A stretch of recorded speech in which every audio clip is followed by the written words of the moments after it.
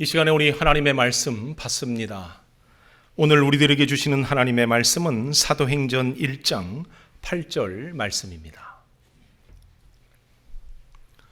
이 살아계신 하나님의 말씀을 제가 받들어 읽습니다. 오직 성령이 너희에게 임하시면 너희가 권능을 받고 예루살렘과 온 유대와 사마리아와 땅끝까지 이르러 내 증인이 되리라 하시니라. 아멘. 한 주간도 주님의 은혜 안에 평안하셨습니까? 이 시간 하나님의 은혜와 사랑과 축복하심이 우리 모두에게 임하기를 주님의 이름으로 축복합니다. 아멘. 우리 앞뒤 옆 사람이랑 사랑의 인사 나눠주시기 바랍니다. 주님의 이름으로 사랑하고 축복합니다. 한 주간 평안하셨습니까?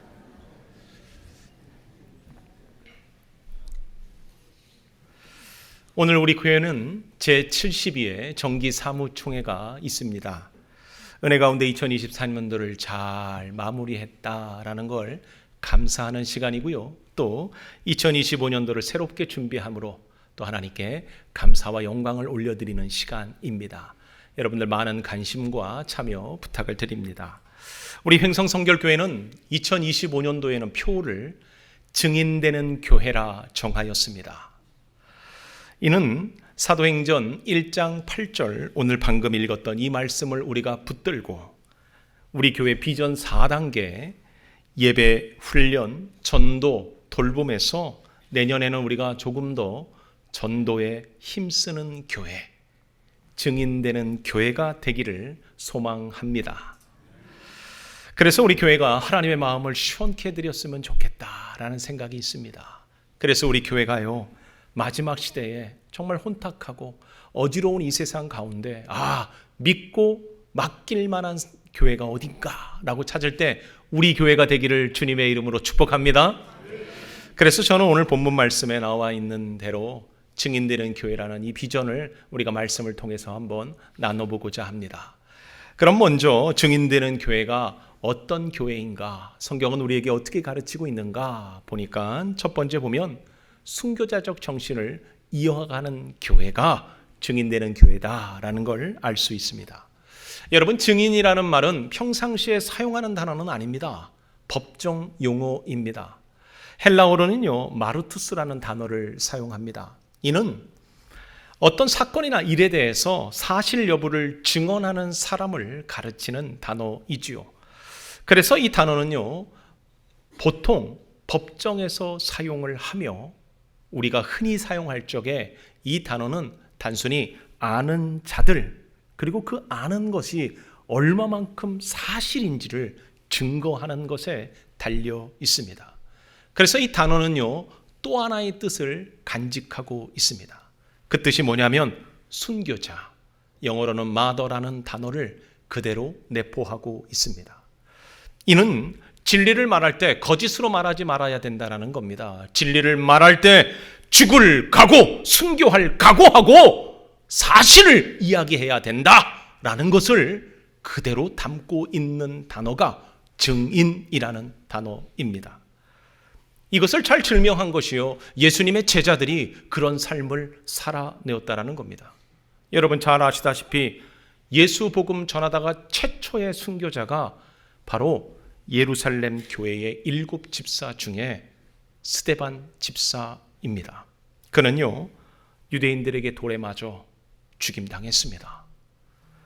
세베대의 아들 야고보도 유대의 총독으로 임명된 헤롯 아그리빠에 의해서 목배임 당하여 순교하였습니다. 빌립 또한 북아프리카에서 복음 전하다가 AD 54년 십자가에서 처형당했습니다. 마태 또한 아프리카 에티오피아에서 사역하다가 AD 60년경 창에 찔려 죽임 당했습니다. 예수님의 형제 야고보도 예루살렘 교회 감독으로 일하고 있다가 유대인들에 의하여 돌에 맞아 죽임 당했습니다. 베드로 형제 안드레 역시 십자가에 못 박혀 죽었고요. 마가도 알렉산드리아에서 몸이 찢겨 죽었습니다.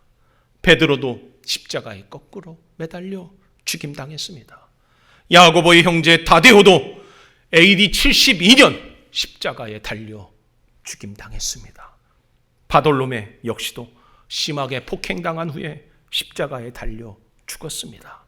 도마도 인도에서 복음을 전하다가 창에 찔려 죽었고, 가룟 유다 대신 뽑힌 마띠아도 예루살렘에서 돌을 맞아 결국 목 잘려 죽임당했습니다. 우리가 잘 아는 사도 바울 역시도 칼에 못 베어 참수형을 당해 순교하였습니다. 여러분, 예수님의 제자들은 한결같이 다 죽임당했습니다. 이들이 왜 죽임당할 수밖에 없었습니까? 이들은요, 살아 생전 예수님을 보았고 그 예수님의 말씀을 들었으며 예수님과 같이 생활하면서 그 진리 되신 예수님을 그들은 삶 가운데서 거짓으로 증명할 수가 없었습니다. 그래서 그들은 뭐 했습니까? 죽음을 불사하며 그들은 그 사실 그대로 증명하다가 죽임 당할 수밖에 없었던 거지요.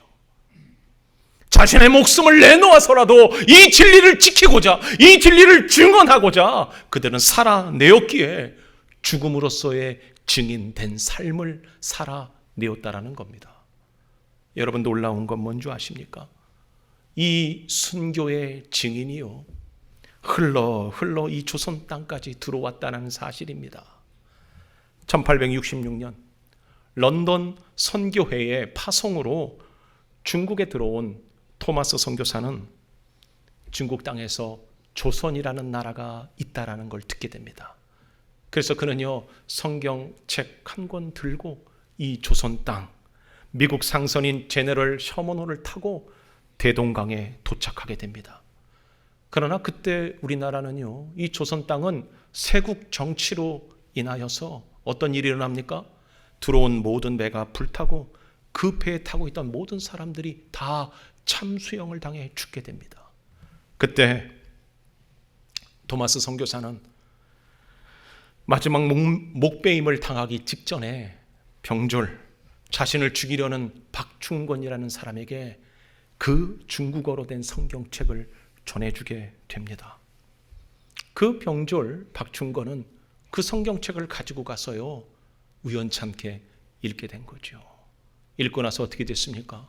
그가 예수 믿고 구원 받았습니다. 그리고 그가 장로가 되어 교회를 세웠습니다. 할렐루야. 이처럼요, 그 순교의 정신은요, 결코 헛되지 않았다는 거죠. 하나님은 일하셨고 그 일하심을 통하여서 우리까지 예수 믿고 구원 받았음을 여러분 믿으시기를 바랍니다. 그렇다면 우리도 순교자적 정신으로 증인되는 교회 되어야 합니다. 나만 믿으면 돼, 나만 구원받으면 돼가 아니라 우리가 이 복음의 빚진 자요, 사랑의 빚진 자로서 우리 교회가 증인되는 교회 되기를 주님의 이름으로 축복합니다. 두 번째, 증인되는 교회는 어떤 교회일까요? 오늘 본문은요, 성령 충만한 교회이어야 한다라고 가르칩니다. 오늘 본문 8절의 말씀입니다. 우리 같이 읽어보도록 하겠습니다. 오직 성령이 너희에게 임하시면 너희가 권능을 받고 예루살렘과 온 유대와 사마리아 땅끝까지 이르러 내 증인이 되리라 하시니라. 아멘. 복음의 증인이 되기 위해서라면요, 가장 먼저 성령 충만해야 한다라는 걸 우리에게 말해주고 있습니다. 예수님께서 부활하신 후 승천하시기 전에 제자들을 불러 모아놓고 당부한 말씀이 사도행전 1장 4절에 기록되어 있지요. 이렇게 기록하고 있습니다. 사도와 함께 모이사 그들에게 분부하여 이르시되 예루살렘을 떠나지 말고 내게서 들은 바 아버지께서 약속하신 것을 기다리라. 하나님께서 약속하신 것이 있다라고 말씀합니다. 그게 뭐였습니까? 성령 하나님이셨습니다. 요엘서 2장 28절로 29절에 보면요, 이렇게 기록하고 있는데 우리 같이 읽겠습니다. 그 후에 내가 내 신을 만민에게 부어주리니 너희 자녀들이 장래일을 말할 것이며 너희 늙은이는 꿈을 꾸며 너희 젊은이는 이상을 볼 것이며 그때 내가 또 내 신으로 남종과 여종에게 부어줄 것이며. 하나님께서 850년 전 요엘 선지자를 통하여서 하나님의 약속, 하나님의 신을 너희들에게 부어주겠다라고 말씀하셨습니다. 그 예언의 성취가요, 바로 오순절 다락방에 이루어진 겁니다. 성경은요, 이것을 이렇게 기록하고 있습니다. 사도행전 2장 41절이지요. 그 말을 받은 사람들은 세례를 받음에 그날의 제자의 수가 3,000이나 더하더라. 사도행전 2장 14절로 21절의 말씀입니다. 이는 같이 읽겠습니다. 베드로가 11 사도와 같이 서서 소리를 높여 가로되 유대인들과 예루살렘에 사는 모든 사람들아, 이 일을 내게로 알게 할 것이니 내 말에 귀를 기울이라. 때가 제3시니 너희 생각과 같이 이 사람들이 취한 것이 아니라 이는 곧 선지자 요엘로 말씀하신 것이니 일러스되 하나님이 가라사대 말세에 내가 내 영으로 모든 육체에게 부어주리니 너희의 자녀들은 예언할 것이요 너희의 젊은이들은 환상을 보고 너희의 늙은이들은 꿈을 꾸리라. 그때 내가 내 영으로 내 남종과 여종들에게 부어주리니 너희가 예언할 것이요 또 내가 위로 하늘에서는 기사와 아래로 땅에서는 징조를 베풀리니 곧 피와 불과 연기로다. 주의 크고 영화로운 날이 이르기 전에 해가 변하여 어두워지고 달이 변하여 피가 되리라. 누구든지 주의 이름을 부르는 자는 구원을 얻으리라 하였느니라. 할렐루야. 하나님께서 약속하신 성령이 오순절 다락방에 임하였고 그 성령으로 말미암아 교회가 생겨났으며 우리가 예수 믿어 구원받을 수 있었다는 걸 우리는 잊지 말아야 합니다. 그래서 우리는 성령을 사모해야 합니다.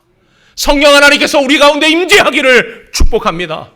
성령 하나님께서 우리들을 충만하게 붙들어 주셔서 우리가 이 땅을 살아갈 때 하나님의 자녀됨을 드러내기를 소망합니다.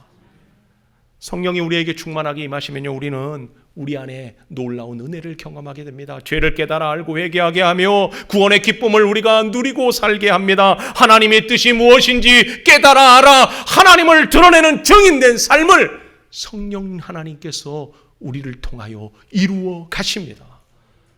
여러분, 그래서 우리는 성령 충만한 삶 살아내야 합니다.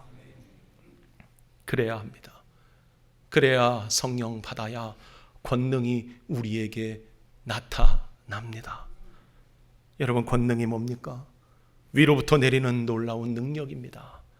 능력 있어야 우리는 이 땅을 살아낼 수 있습니다.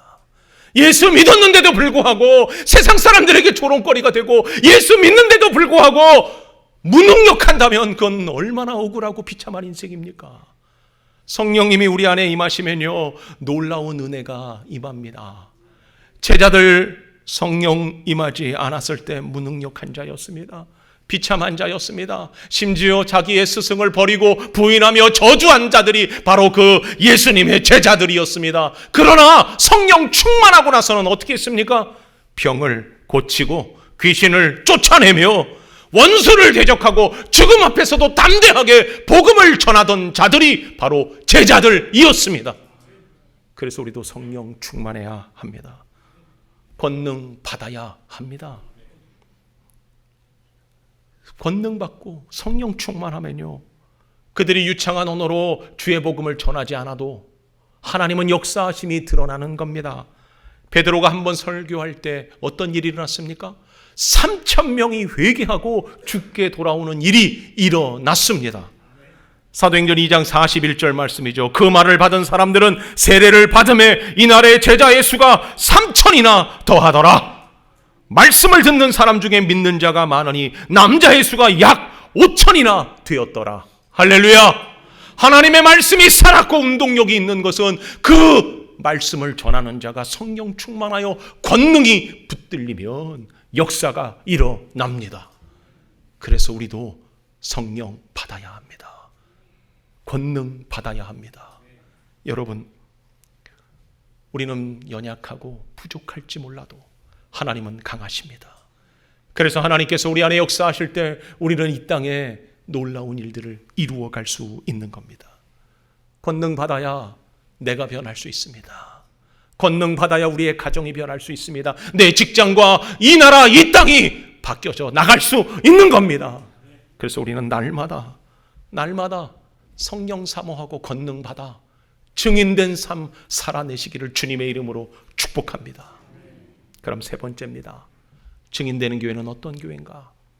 우리가 본문에서 알 수 있는 것이 충성되어야 하는 그 놀라운 비결을 담고 있다라는 겁니다. 우리 교회가 증인된 교회가 되기 위해서라면 우리 모두가 충성되어야 함을 잊지 않기를 주님의 이름으로 부탁드립니다. 충성되다는 것이 도대체 뭘까? 이 말은요, 디모데후서 2장 2절에 사도 바울이 디모데에게 한 말에서 우리가 찾아볼 수 있습니다. 우리 같이 한번 읽어보겠습니다. 또 내가 많은 증인 앞에서 그들이 또 다른 사람들을 가르칠 수 있으리라. 아멘. 증인된다는 말은 무엇을 뜻하는 거냐면 예수 그리스도께서 우리를 구원하셨다라고 말로만 떠드는 자들, 말로만 하는 자들이 아니라 그들이 삶 가운데 예수 그리스도를 드러내는 자들이었다라는 걸 말해주고 있는 겁니다. 무슨 얘기입니까? 구원받았다면 우리는요, 하나님 앞에서, 세상 앞에서 충성된 하나님의 자녀로 살아내야 할 줄 믿습니다. 예수 믿었는데도 불구하고 삶이 변하지 않아요. 예수 믿는데도 불구하고 할 것 다 하고 사람들에게 조롱거리가 되어진다면 그건 예수 믿지 않느니만 못하다는 걸 우리는 알아야 합니다. 삶의 변화가 없습니까? 성령 충만해야 합니다. 우리는 분명 예수 믿는 자의 모습이 드러나야 합니다. 우리의 말과 행동에서 예수 믿는 사람들의 모습을 우리는 밝히 보여 알도록 해야 합니다. 그것이 우리가 구원받은 자의 모습이라는 걸 여러분 잊지 말아야 합니다. 여러분 시대를 보십시오. 주님이 오늘 오신다 그래도요, 전혀 어색하지 않지 않습니까? 그토록 세상이 살기 힘들어지고 문란하며 혼탁해졌다라는 거 우리가 너무 잘 알고 있지 않습니까? 그런데 우리는 어떻습니까? 우리 주님을 영원히 안 올 것처럼, 주님의 재림이 없을 것처럼 우리가 살아가는 모습 혹여나 있지 않습니까? 여러분 잊지 마십시오. 우리는 주님 앞에 서야 합니다. 그렇다면 우리는 구원받은 자의 모습을 끊임없이 세상 가운데 드러나야 되고 하나님 앞에서 우리가 부끄럽지 아니하도록 우리는 바로됨을 이루어야 합니다.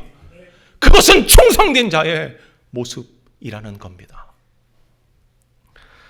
데이비드 제로마이어라는 목사님이 책을 썼는데 생명력 있는 그리스도의 삶이라는 책을 썼습니다. 그 책에요, 이런 예화가 하나 담겨져 있습니다. 낙타 이야기입니다. 아기 낙타가요, 엄마 낙타에게 묻습니다. 엄마, 이상해. 내 발은 왜 3개씩 큰 발가락으로 있지? 이렇게 물으니까 엄마가 아기 낙타에게 이렇게 얘기합니다. 그건 우리가 모래 사막을 오래 다니기 때문에 미끄러지지 않도록 그렇게 발가락이 3개로 되어 있단다. 아, 그렇구나. 그래서 내가 이렇게 발가락이 3개구나. 그런데 엄마, 왜 내 눈썹은 다른 동물보다 더 길어? 그건 모래바람이 눈에 들어가지 않도록 눈썹이 긴 거란다. 아, 그렇구나. 그런데 엄마, 나는 왜 등에 혹이 있어? 이 혹은 뭐야? 아, 그것은 너희가 사막을 다닐 때 목이 마를까 봐. 그래서 물을 충분히 저장해 놓는 그런 공간이란다. 아, 그렇구나. 그래서 내가 이렇게 발가락도 3개고 눈썹도 길고 등에 혹이 있구나. 그런데 엄마, 우리는 왜 동물원에서 살아? 여러분 뭔 말인지 이해되십니까? 이 낙타는요, 사막에 나가본 적이 없어요. 발가락 3개가 뭔 의미가 있어요? 눈썹이 긴 게 그에게 뭔 혜택이 되겠어요? 등에 혹이 난 게 뭔 유익을 가져다 주겠습니까? 여러분 이 예화를 들어보니까 마치 오늘날 우리 그리스도인을 빗대고 있는 표현 아닙니까? 예수님께서는 우리에게 뭐라고 말씀하셨습니까? 오직 성령이 너희에게 임하시면 너희가 권능을 받고 예루살렘과 온 유대와 사마리아 땅끝까지 내 증인이 되라 말씀하셔서 성령도 주시고 권능도 주셨건만 우리는요, 온실안 신앙인일 뿐이라는 거죠. 성령이 필요 없어요. 권능이 필요 없어요. 왜? 우리의 현장은 그저 안전만을 요구하는 그러한 나약한 신앙인이기 때문에 그렇습니다. 복음을 증거할 일이 없어요.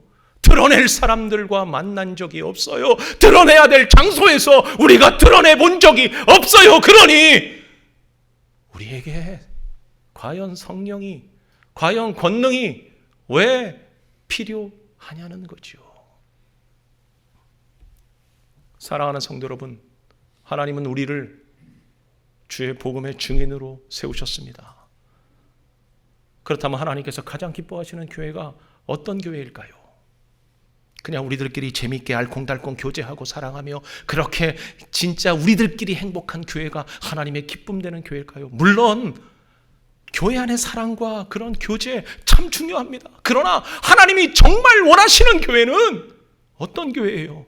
성령 받아, 권능 받아, 우리가 보고 듣고 깨달아 하는 그 진리 전하지 않고는 도저히 감당할 수 없다고 증거하는, 증인되는 교회가 하나님의 기쁨되는 교회 아니겠습니까? 여러분, 바라보기는 우리의 눈이 열리기를 소망합니다. 하늘 보좌의 하나님을 바라볼 수 있기를 소망합니다. 바라보기는 우리의 귀가 열려서 하나님의 그 간절한 음성을 우리가 듣기를 소망합니다. 바라옵기는 우리의 입이 열려서 우리가 보고 듣고 깨달아 하는 것을 정말 주의 능력으로 전하는 하나님의 도구 되기를 소원합니다. 여러분, 그렇다면 우리의 교회 비전은 2025년 증인되는 교회입니다. 여러분의 삶으로서의 증인됨을 드러내시기를 바랍니다. 무엇을 하든 무엇을 우리가 행하든 그 모든 것이 증인으로서 드러나는 진정 하나님의 자녀의 모습을 우리가 나타내기를 소원합니다. 여러분, 복음 증거에 있어서 진심이기를 부탁드립니다. 그래서 하나님의 마음을 시원케 하고 하나님의 영광을 나타내는